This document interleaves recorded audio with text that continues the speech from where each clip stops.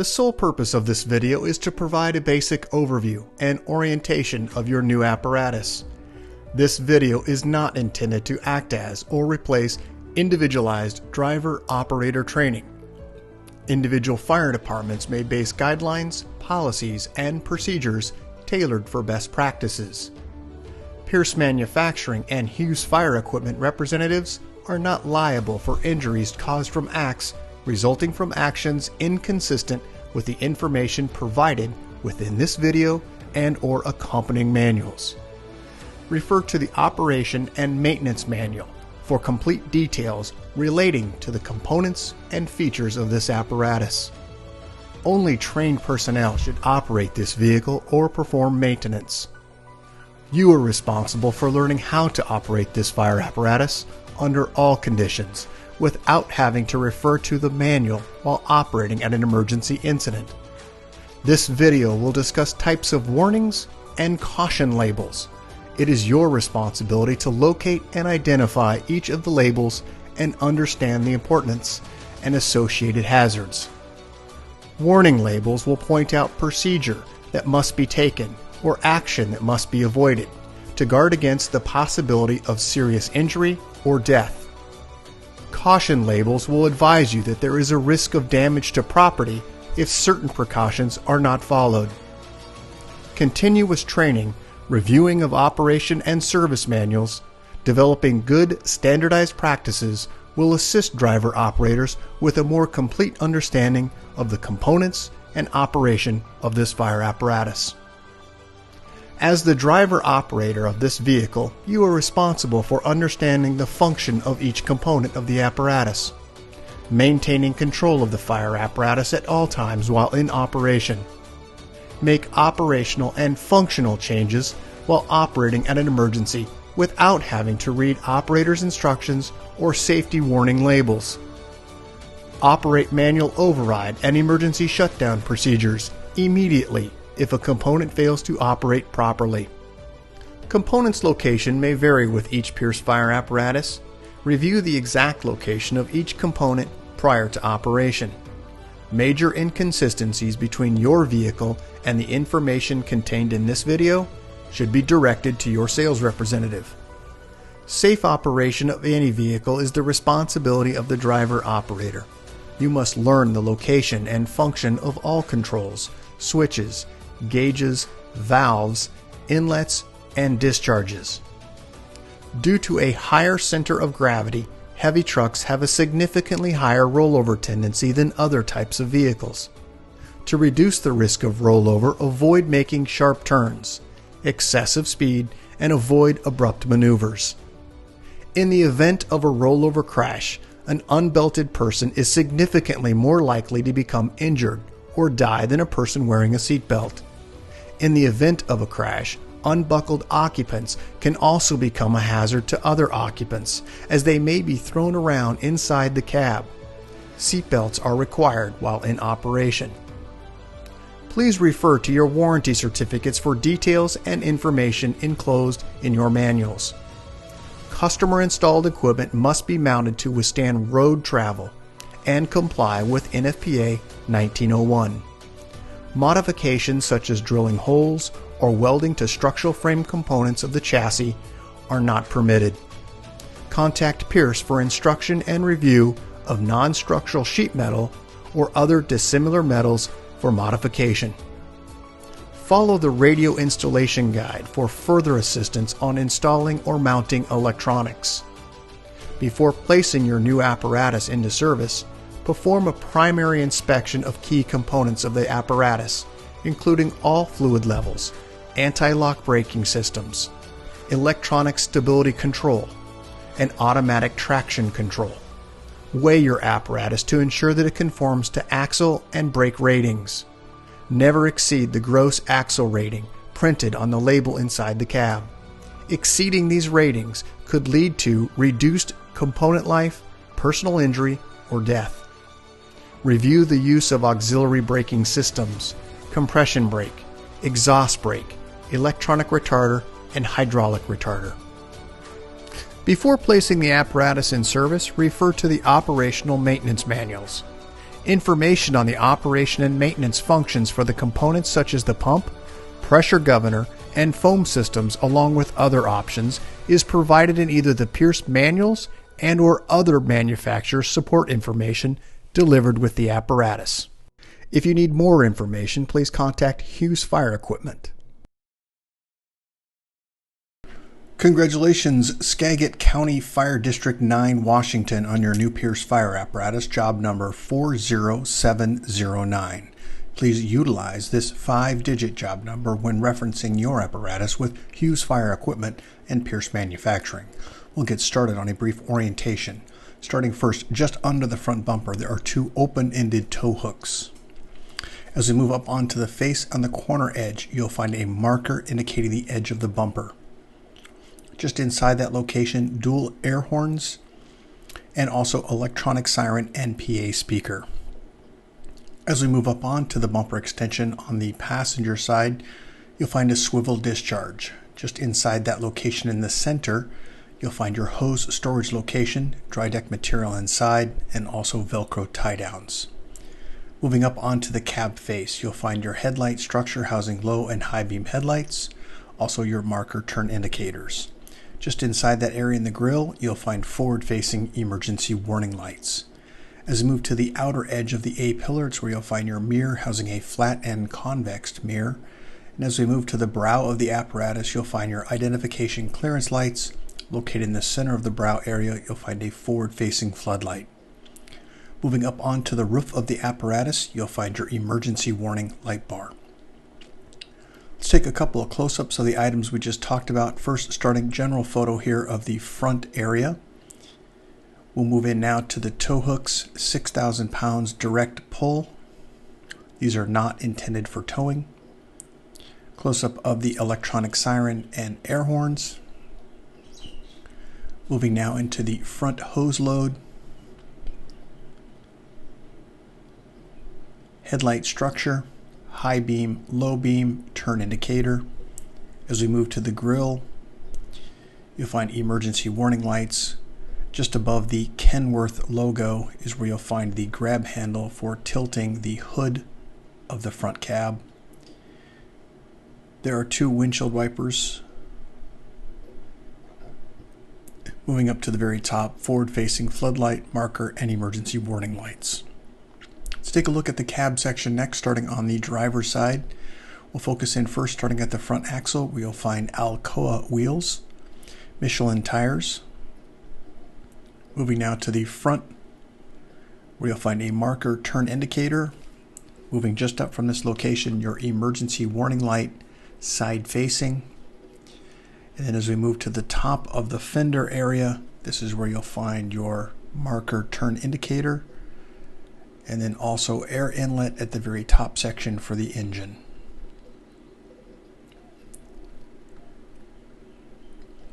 Moving to the mirror, the upper portion is flat, the lower portion is convex. These are controlled from within inside the cab.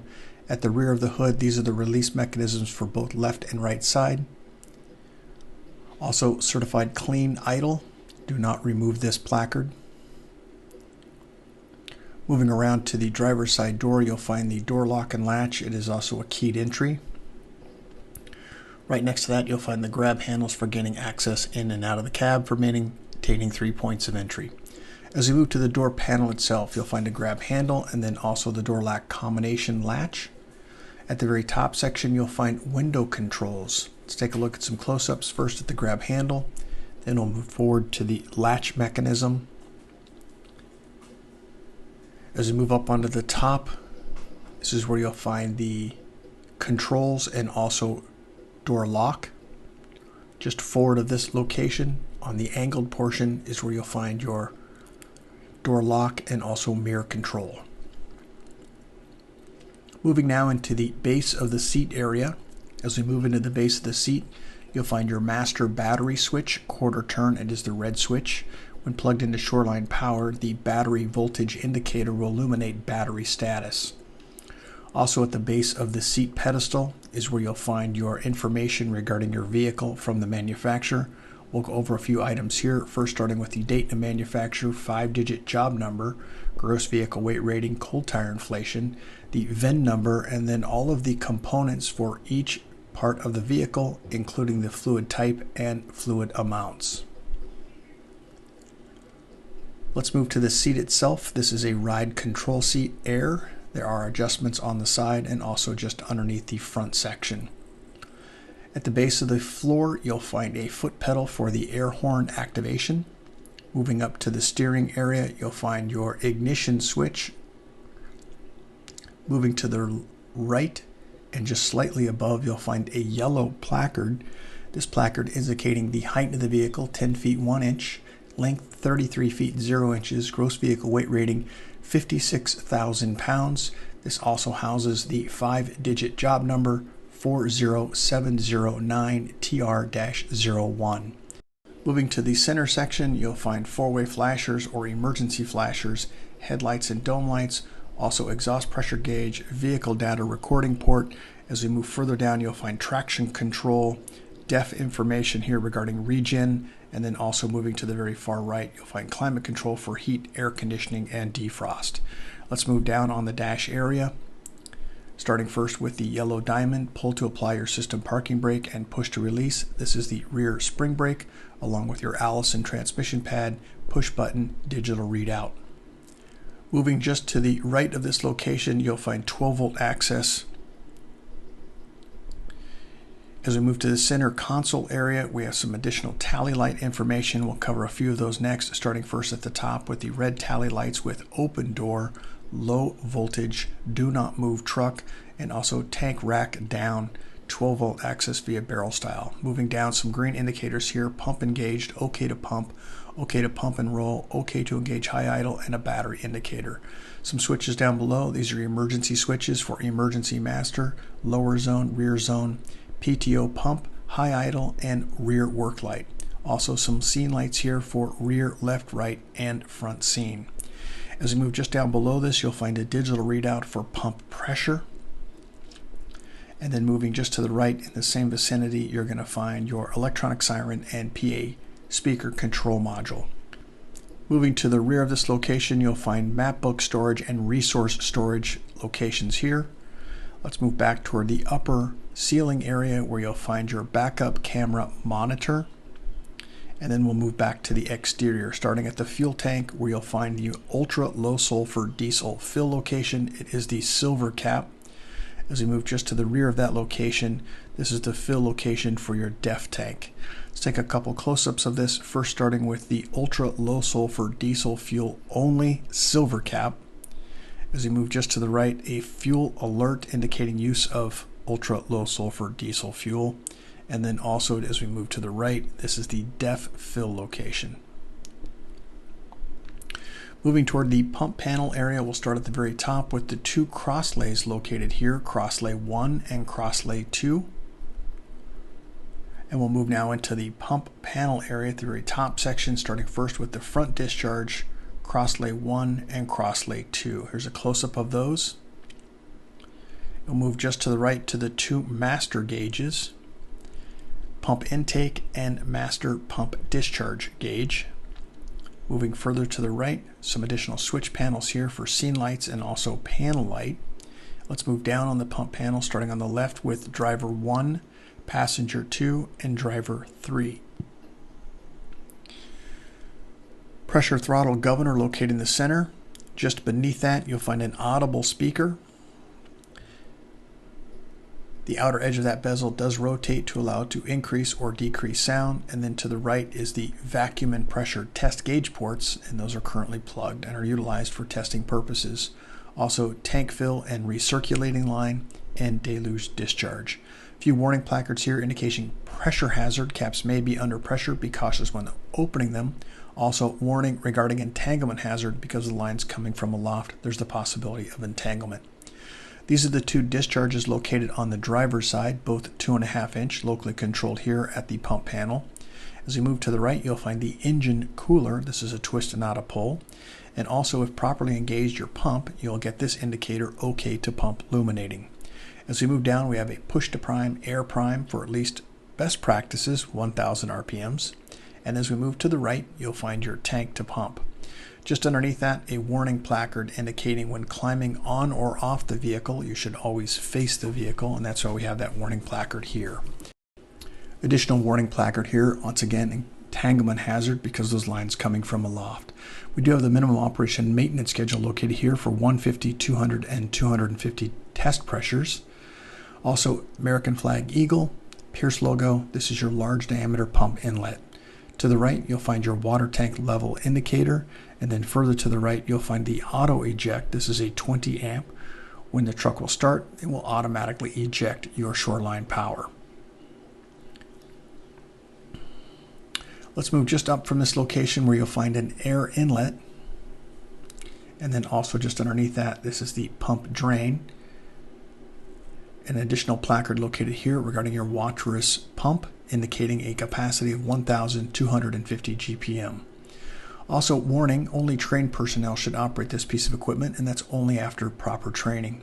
As you move down to the lower left, you'll find a 2.5-inch auxiliary inlet, locally controlled via the ball valve here. This is a female coupling. Also, all of our color-coded and labeled discharge drains are located across the very bottom section near the running board.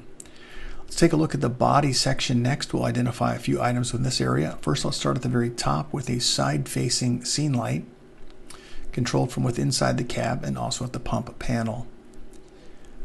As we move down, we do have a ground ladder located on the side in the upper side sheet, and then just underneath that ground ladder, you'll find a 10-foot folding attic ladder. There is a compartment in the lower section, roll-up compartment door. Let's take a look inside this space. When plugged into shoreline power, the outlet here will be active or live, and then also the battery charger will maintain batteries status. As we move underneath, you'll find wheel chocks located here. Just in front of the rear axle, you'll find a marker turn indicator. Tandem axle, dual wheels, Michelin tires, Alcoa wheel. In between the two of those, you'll find SCBA bottle storage for 2 bottle storage locations here. As we move back up to that upper corner at the rear, side-facing scene light and also emergency warning light. These are your accesses for release of the ladder itself. Then as we move down to the lower portion, you also have an emergency warning light. This is just to the rear of the rear axle. And then a compartment, roll-up compartment door here. Let's take a look inside this space. We do have LED lighting. And now we'll move around to the rear portion of the apparatus. Let's start at the very top section where the top portion of the ladder connects, where you'll find your DOT required lights at the very top section. Also, emergency warning light rear facing just at the top of the ladder area. Just a couple of reminders here. Fall hazard regarding when climbing on or off the vehicle, always face the vehicle. And also never ride on the vehicle while the vehicle is in motion. There is a cup switch located here. It controls the hose bed lights. And then as we move to the left and right side, just above the compartment area, you'll find the storage location for your drafting tubes. As we move to the bottom, emergency warning light, brake, turn, and reverse light cluster. License plate holder. As we move to the center, this is just coming out to the rear from the frame rails. These are your rear-facing tow hooks. As we move to the very top section, emergency warning lights, and then also a backup camera. As we move to the rear dump itself, there are 2 handles located here. One is a lock, the other is the open and close for water flow. This is the water dump or water chute located either right, left side, or center. Also, some additional warning here regarding a placard, the deployment of the porta tank on the passenger side. Also, some additional warning placard regarding pressure hazard. Once again, caps may be under pressure. Be cautious when opening them. Also, entanglement hazard because of lines coming from aloft. There is the possibility of entanglement. Just to the left of this location is a 2.5-inch direct tank fill, locally controlled here at the ball valve. As we move to the right of the apparatus, this is an access panel door. This is the storage location, same as it is on the driver's passenger side, for your rigid drafting tubes. emergency, reverse, turn, and backup indicators. Now moving around to the passenger side of the vehicle. At the very top section, you'll find an emergency warning light and then also side-facing scene light. As we move further down, this is the tank storage for your porta-tank. It is controlled from just forward of this location. We'll go over that in a few moments. At the very rear of the apparatus, additional roll-up compartment door, LED lighting in this space. Moving through the items now with the tandem axle, once again, Michelin tires, Alcoa wheel. In between the two axles, you'll find SCBA bottle storage, again for 2 SCBA bottles. Extremely hot diesel exhaust temperatures do exist, especially during regen operations, and that's why we have this placard indicating here where the exhaust port is located. Forward compartment, roll-up compartment door. In this space, we do have an adjustable shelf and also LED lighting. As we look just underneath this area, you'll find your exhaust location. Once again, extremely hot exhaust temperatures do exist. Be cautious where you park your vehicle. As we move to the mid section, you'll find at the very top section, same configuration. The 2 crosslays are located here. Crosslay number 1 and crosslay number 2. Let's move down to the pump panel next. We'll identify a few warning placards. First, starting on the far left, this is when climbing on or off the vehicle. Always face the vehicle. As we move down, pressure hazard, because of the discharges located on this side. Be cautious when opening those caps. Moving to the right, you'll also find a danger placard here. This is in reference to the powered equipment rack movement, and then also just underneath that, an entanglement warning. Other items within this area will find the 2.5 inch, and then also your access panel. This is a warning placard indicating the movement of that porta-tank device. Also, fall hazard when climbing on or off the vehicle. Once again, always face the vehicle. And pressure hazard. Caps may be under pressure. Be cautious when opening them. As we look into the pan door area for access into the pump panel for inspection purposes. And then as we move just to the right of this location, your powered equipment rack, there are instructions for its operation to raise and lower. Also some danger information here because of that movement. Entanglement hazard, once again, because the line's from aloft, there is the possibility of entanglement. There is an additional 2.5 inch discharge located on the passenger side, along with your large diameter pump inlet. It's the American flag Eagle Pierce logo. To the left is a pan door for access for the relief valve located here for your pump inlet. And then as we move to the very bottom section, all of our color-coded and labeled discharge drains. Let's move down to the cab section here on the passenger side. As we move under the step area, this is the relief valve drain location. This should never be capped. As we move to the cab section, identifying a few items. First, starting at the very top section over the door, you'll find a convex mirror. Moving now to the forward mirror, you'll find an upper and lower, flat and convex. Moving now to the door itself, grab handle for maintaining 3 points of contact, and also door lock and latch combination. At the rear of the hood area is the release mechanism for opening the hood. As we move into the door panel, we've identified those from previous grab handle, latch, and window control door lock. As we move into this space, the passenger seat is also an air ride seat. There are controls on the side and also forward section. At the floor level, you'll find an air horn foot pedal. As we move to the forward section of the dash next, glove box located in this space. Just to the left of that location, you'll find 12-volt access. Let's move downward now to the exterior, to the steps, where you'll find step lighting at each of those locations and also ground lighting. As we move forward to this location, the air inlet at the very top section of the hood. To the top of the fender area, you'll find your marker turn indicator light. And then as we move toward that forward front axle, once again, Alcoa wheel, Michelin tires. And then we'll move just slightly up from this location where we'll find an emergency warning light side facing, and then back to the headlight structure housing low and high beam headlights, and then just underneath that you'll find a marker turn indicator. There is an additional discharge located here on the very front, 2.5 inch swivel discharge. General view here of the front section.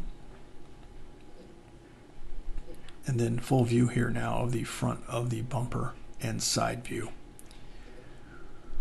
Congratulations, Skagit County Fire District Number 9, Washington, on your new Pierce fire apparatus, job number 40709.